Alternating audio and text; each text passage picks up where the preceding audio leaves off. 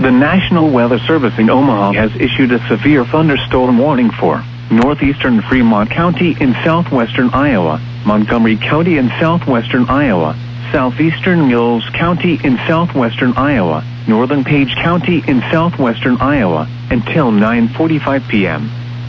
At 8:58 p.m., a severe thunderstorm was located 4 miles southwest of Red Oak, moving east at 20 miles per hour. Expected hazards include 2-inch hail and 60 miles per hour wind gusts. Severe weather has been confirmed by impact. People and animals outdoors will be injured.